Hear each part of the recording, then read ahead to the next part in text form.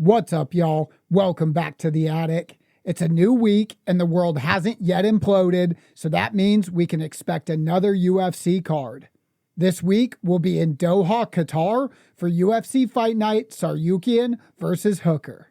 We've got a lot of new faces on this card, including some undefeated prospects. I'm always excited to see how the model handles UFC newcomers, but first, we need to review last week's results, and boy, do we have some results to talk about. Let's first cover the normal graph movement, and then we'll address the giant spike right there at the end.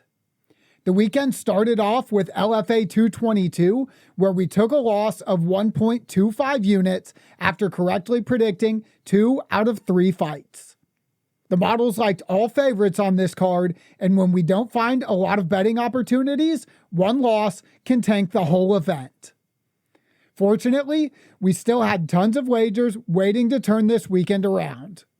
Saturday brought 2 more events, starting with UFC 322.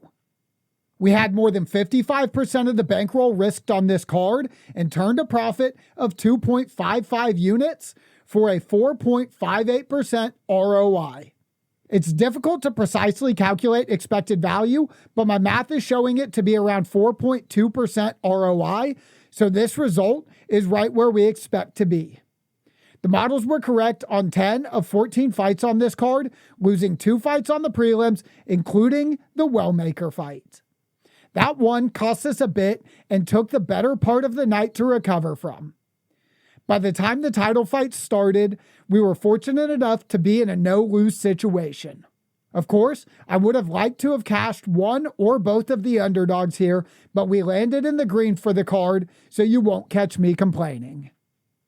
The final card of the weekend was 173. We found 5 betting opportunities on this card, but still managed to risk nearly 40% of the bankroll. In the end, we won 3 of 5 wagers for a profit of 1.3 units.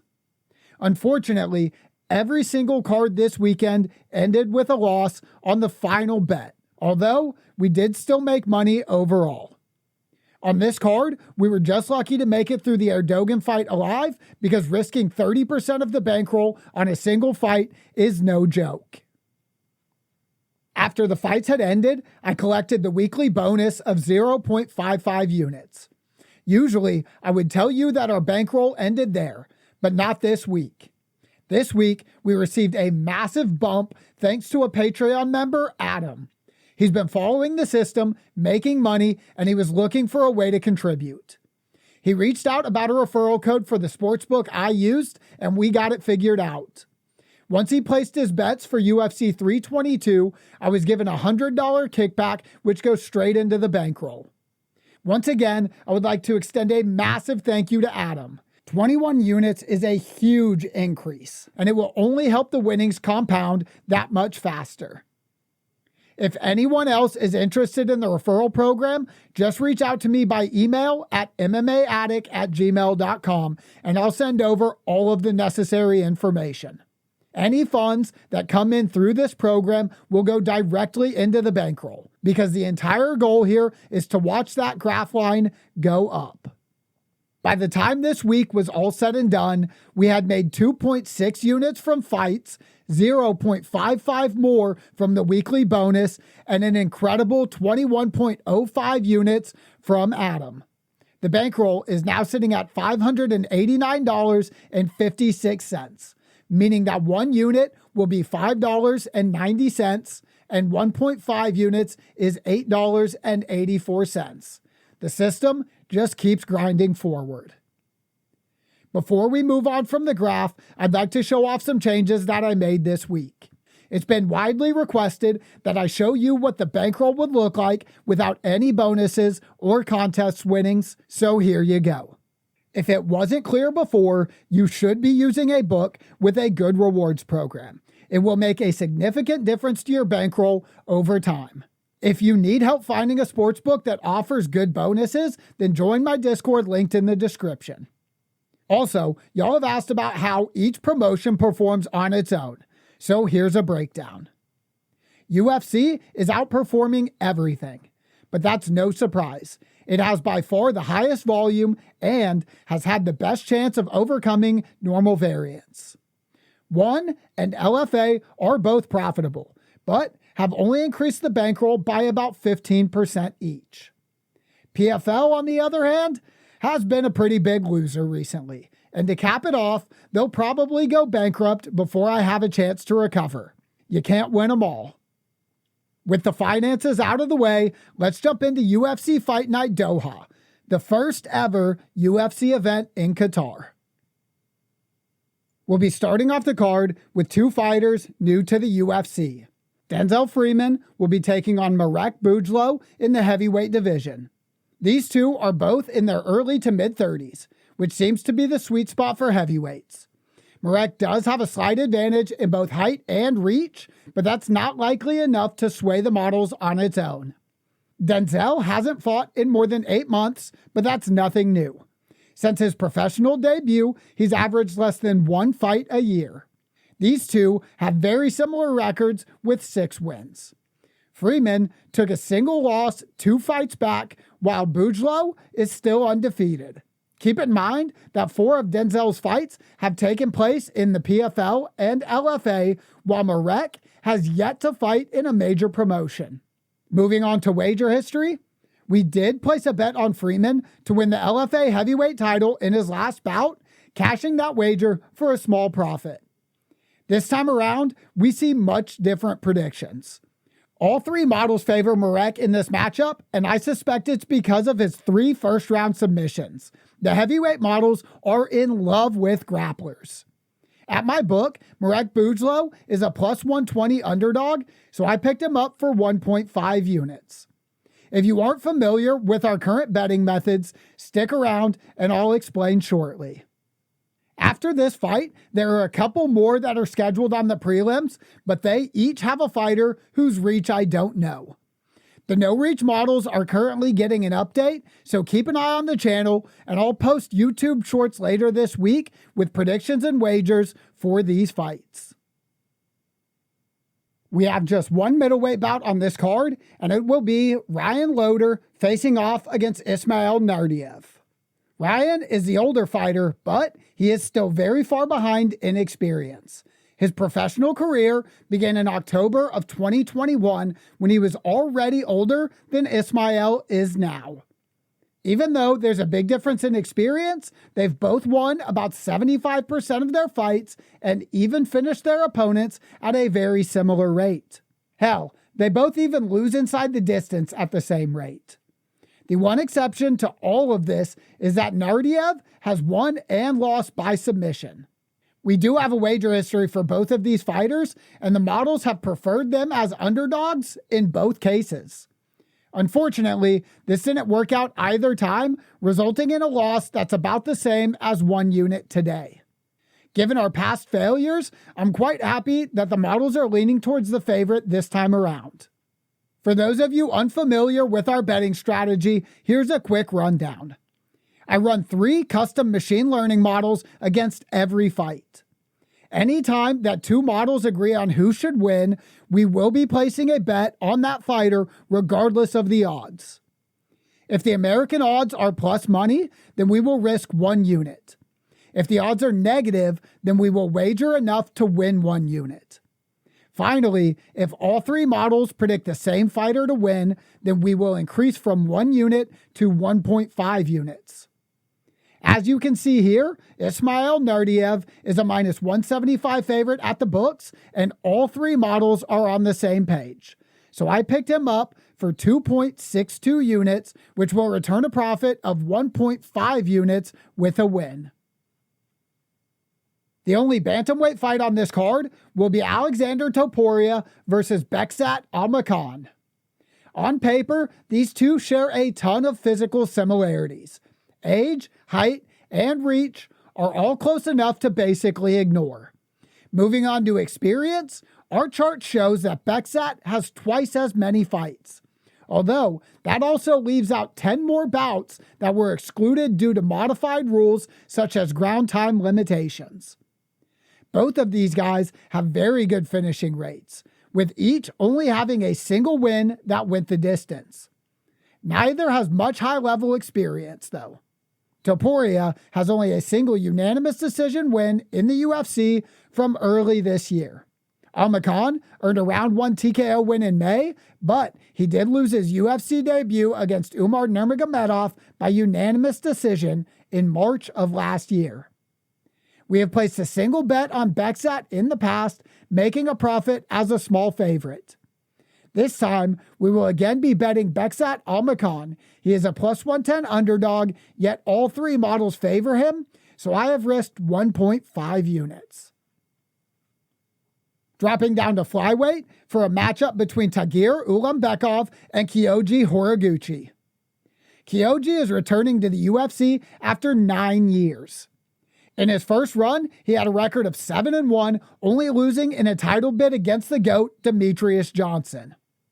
During his time away, he won world titles in both Rizin and Bellator, losing only 3 out of his last 20 bouts. It'd be great to finally see Horiguchi back in the UFC, but I'd be surprised if Ulanbekov makes it to the fight. Tagir has withdrawn from 7 scheduled UFC bouts since 2020 and has only made the walk 7 times, so it's basically a coin flip. Kyoji has about twice as much experience and has fought many more high-level opponents, but Ulanbekov brings that smothering style from Khabib's team that can be very hard to deal with. Our wager history only contains a single loss betting against Tagir, and he was a substantial favorite in that matchup. Let's see what's in store for us this time. The odds are much closer than Ulanbekov's last fight, but he is still a minus 170 favorite. The models are unanimous in their decision, which had me place a 2.55 unit wager on Tagir Ulanbekov. Our first light heavyweight bout will be Rafael Cerqueira fighting Abdul Rahman Yakyayev. Yep. With an age difference of 10 years and 9 months, this will be the largest gap on this card. Surprisingly, not by much though. Rafael will be the slightly taller fighter, but he'll be giving that right back in reach. Abdul Rahman will be making his UFC debut and is still undefeated at 7-0, with 5 of his wins coming in the first round. Cerqueira also came into the UFC with an undefeated record and a ton of first-round finishes. Unfortunately, he has not performed well inside of the octagon, going 0-3 with 2 first-round TKO losses. Early on, the models incorrectly had faith in Rafael, but they quickly changed their tune after losing some money. For this fight, they have lower expectations of him than ever. Not a single model gives him over 40% expected win probability. The book odds reflect a very similar sentiment, placing the odds for Abdul Rahman Yakyayev to win at minus 1,200, forcing me to risk 17.97 units to win 1.5. I understand that wagering $106 to win 9 sounds outrageous, but it just keeps working. Feel free to reference the bankroll graph if you have any questions. The data just doesn't lie. We'll be closing out the prelims in the featherweight division when Bogdan Grad takes on Luke Riley. Luke is making his UFC debut, and I simply don't have enough data to make a full prediction on this fight. I'm updating my no-reach models, so there will be something later this week. Keep your eyes out for a YouTube short that will include all of my predictions and wagers for this fight. Asu Almabayev and Alex Perez kick off the main card in the flyweight division. Perez will finally be returning after more than 500 days away. This long layoff was caused by some sort of fracture that he sustained while training for a fight against Steve Erceg in August. That injury followed a fight-ending knee injury in June of last year. Alex has had a long string of misfortune that has seen 11 of his 15 bouts canceled since the end of 2020. Asu, on the other hand, has gone 10-1 in the same time period, only losing to Manel Kape in March when they both accepted a late notice opponent change. So far, we haven't had much luck when betting fights involving Asu, but that doesn't affect the strategy moving forward. We follow the models, not our emotions. In this fight, all three models like Almabayev to win, including one that's expecting an insane 91% win probability. At the sportsbook, Asu Almabayev is a minus 180 favorite, so we picked him up for 2.7 units. I'm a big fan of heavyweights, so I'll be looking forward to our next matchup between Sergey Spivak and Shamil Gaziev. Sergey is still a relatively young heavyweight at only 30 years old, but he will be the more experienced fighter in the octagon. On top of 8 additional pro fights, he also has 14 UFC bouts compared to Shamil's 4. Both of these guys are capable of finishing a fight wherever it goes, and it usually doesn't take them too long. Although, any fight that they don't finish in the first 2 rounds always goes the distance, so this could easily become a battle of gas tanks. This bout has been scheduled 2 other times this year. The first time just being pushed back by a few weeks.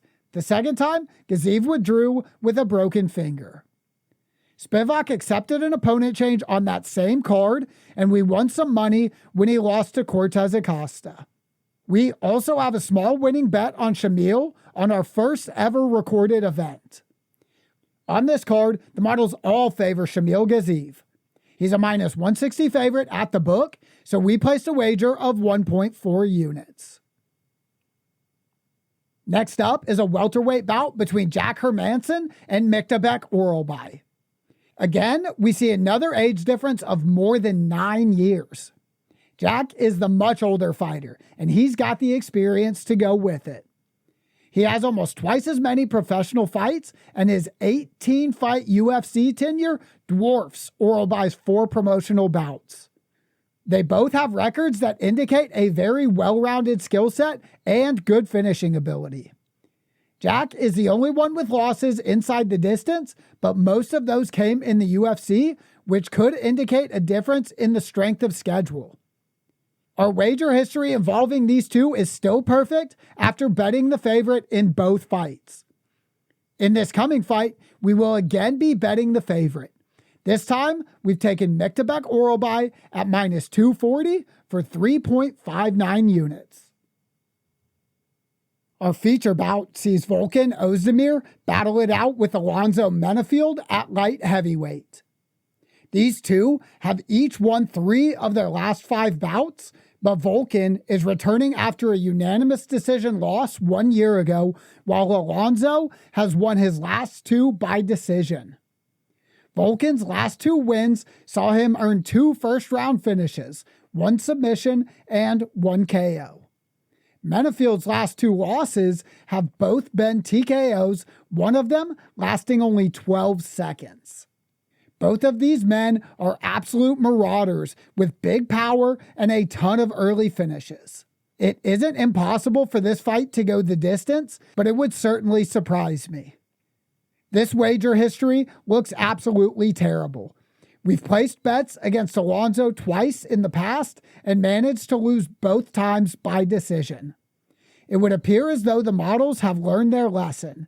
This time, all 3 are favoring Alonzo despite him being a plus 190 underdog at the books. I placed a 1.5 unit wager on Menafield to return 2.85 units. Hopefully, the machine learning is doing exactly what it's supposed to do, learn and adapt. The co-main event for this card is a welterweight matchup with Ian Machado Gary and Bilal Muhammad, both trying to put their name in the title picture. The way this card is built, it should be no surprise at this point that these two are separated in age by more than 9 years. Ian is the younger fighter here and will also have quite a bit less experience. Bilal is looking to recover from his first loss in almost 7 years. He was on an 11-fight unbeaten streak, which included an astounding 8 unanimous decision victories. Ian has already bounced back from his first career loss with a win in April. He probably thinks that a win over the former champ is enough for a title shot, but after last weekend's results, he'll likely need a spectacular finish to earn that spot. We have gone undefeated on our betting history with these two so far. Ian won as a small favorite his last time out, and the models correctly predicted Bilal's first loss in a very long time. For this matchup, all three models are overwhelmingly in favor of Gary. I am surprised by this, but he is also a minus 220 favorite at the books, so what do I know? We followed the strategy, as always, and bet Ian Machado Gary for 3.29 units. We'll be closing out the night in the lightweight division with a fight between Arman Tsarukyan and Dan Hooker. Arman is the much younger fighter in this matchup with an age difference of about 6.5 years. With this age gap comes a pretty large discrepancy in experience as well. Hooker has 50% more experience as a pro and twice as many fights in the UFC. Arman has won 9 and lost 2 in the promotion, and Dan has amassed a record of 14-8. Tsarukyan will be noticeably smaller in the octagon, giving up 5 inches in height and another 3 in reach. Both of these guys have taken a substantial amount of time away since their last fight. Arman last fought more than a year and a half ago, while Dan has had a layoff of more than 15 months. With such long layoffs, we haven't placed any previous bets on these fighters, so let's see what the models think will happen this time. All three are heavily in favor of Arman here. 2 are right around 70%, and the third is more than 80% confident. At the books, Arman Tsarukyan is a minus 500 favorite, so I picked him up for 7.49 units. That's it on this card for now, so let's have a look at the totals. UFC Fight Night Tsarukyan versus Hooker currently has 14 fights, 11 of which we have made wagers on. 8 of those 11 bets were on favorites, and the other 3 on underdogs. The confident predictions on this card are completely out of control. Every single wager falls into that category, including a plus 190 underdog. Even though I still have 3 more predictions to hunt down, we've already risked 47.11% of the bankroll on this card. The maximum potential profit on these wagers is 18.28 units for an ROI of 38.8%. Not too shabby. I'm currently generating predictions for LFA 223, and it looks like we'll have 4 opportunities on that card. So keep an eye on the Patreon for those picks. As I mentioned before, I'll produce YouTube shorts for the other 3 fights on this card as the new models are optimized. So make sure you're subscribed to the channel so you don't miss those.